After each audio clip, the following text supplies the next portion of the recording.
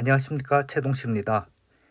오늘은 문장 성분이 목적의자 수로인 도가도의 밑도, 비극도의 비, 명가명의 민명, 비극명의 비에 대해 살펴보겠습니다.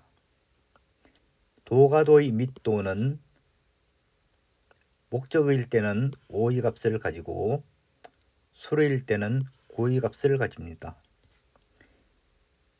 비극도의 비는 목적일 때는 3의 값을 가지고 수로일 때는 2의 값을 가집니다. 명가명의 민명은 목적일 때는 7의 값을 가지고 수로일 때는 7의 값을 가집니다.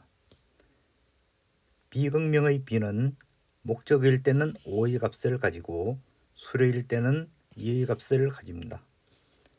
구체적으로 살펴보겠습니다.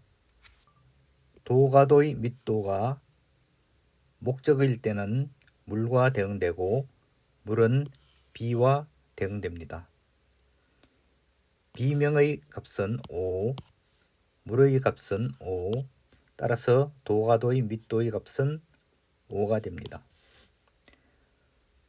도가도의 밑도가 수로일 때는 2와 대응되고 2는 도가도의 밑도와 대응됩니다. 가도의 값은 9, 2의 값은 9, 따라서 도가도의 밑도의 값은 9가 됩니다. 비극도의 비가 목적일 때는 관과 대응되며 관은 명가명의 민명과 대응됩니다.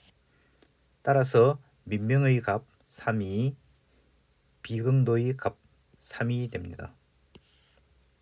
비극도의 비가 수로일 때는 만과 대응됩니다. 만은 비극도의 비와 대응이 되고 만의 수로의 값 2가 비의 값 2가 됩니다. 명가명의 민명이 목적일 때는 만과 대응이 되고 만은 비극도의 비와 대응이 됩니다. 비도의 값 7, 만의 값 7, 따라서 명가명의 민명의 값이 7이 됩니다. 명가명의 민명이 수로일 때는 관과 대응이 됩니다.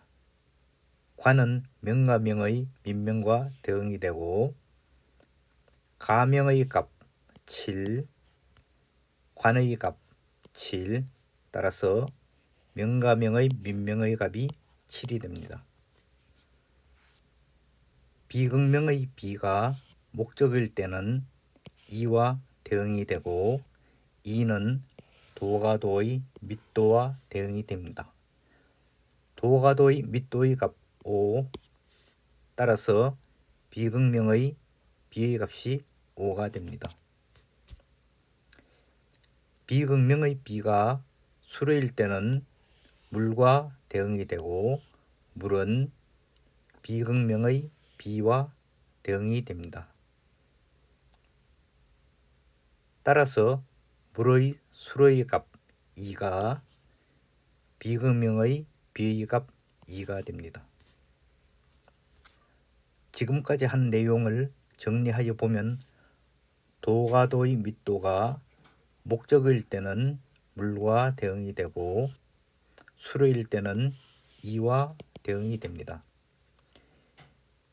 비극도의 비가 목적일 때는 관과 대응이 되고 수로일 때는 만과 대응이 됩니다.